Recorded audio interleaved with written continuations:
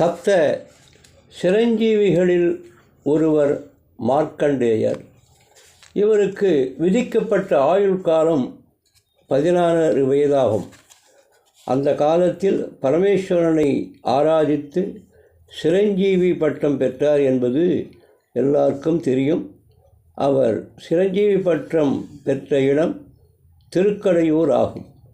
அங்கு அவர் இறைவனை பூஜித்த ஸ்லோகங்கள் கீழ்வருமாறு.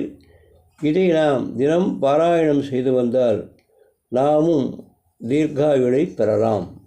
ஸ்வர்காபவர்கதாதாரம் சிருஷ்டிஸ்தித்யந்தகாரிணம் நமாமி சிரசா தேவம் கின்னோ மிருத்யுக் கரிஷ்யதி கல்பாயுர்தேஹி மே பூண்யம் யாவதாயுரரோகதாம் நமாமி சிரசா தேவம் கின்னோ மிருத்யுக் கரிஷ்யதி. சிவே